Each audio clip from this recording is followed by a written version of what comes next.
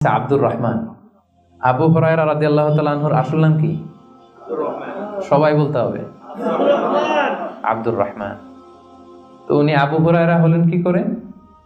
হিররাতুন মানে বিড়াল, আর হুরায়রা মানে ছোট্ট বিড়াল। তো উনি বিড়াল পালতেন, বিড়াল নিয়ে দুষ্টামি করতেন। আমাদের অনেকে শখ আছে, ঘরে আমরা বিড়াল পালি। তো উনি একবার ঢোলা জামা, জুব্বার আস্তিনের মধ্যে বিড়াল নিয়ে রাসূল সাল্লাল্লাহু আলাইহি ওয়াসাল্লামের কাছে আসছেন। আল্লাহ রাসূল দেখলেন যে আবু হুরায়রা বিড়াল নিয়ে দুষ্টামি করতেছে।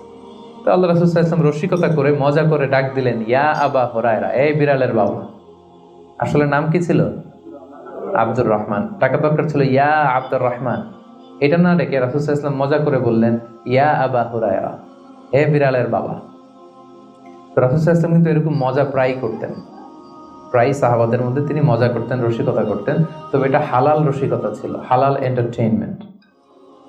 রাসূল সাল্লাল্লাহু আলাইহি ওয়াসাল্লাম একটু রসিকতা করে বললেন, ইয়া আবা